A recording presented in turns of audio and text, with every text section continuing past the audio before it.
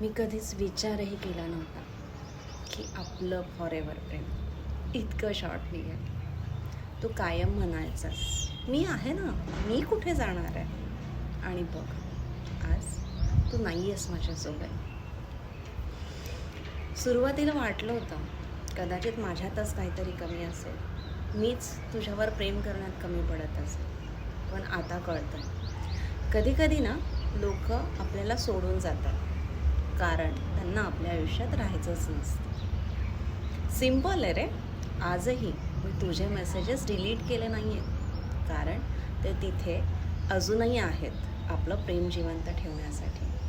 पण रिअल लाईफमध्ये कदाचित आपलं प्रेम कधीच संपलेलं आहे. तरीही तुला माहिती आहे मी तुझ्यावर रागावले नाही आहे, कारण जर प्रेम खरं असेल ना तर ते हेट्रेडमध्ये नाही बदलता येत.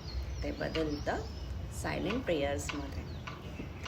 आणि आजही झोपायच्या आधी मी देवाला एकच सांगते, देवा तो जिथे असेल ना तिथे त्याला खूप आनंदी ठेव.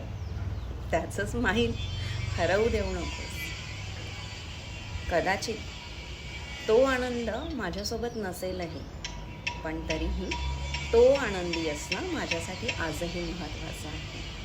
कारण शेवटी मी त्याच्यावर प्रेम केलं होतं आणि खरं प्रेम कधीच सेल्फिश नसतं, नाही का? I love you.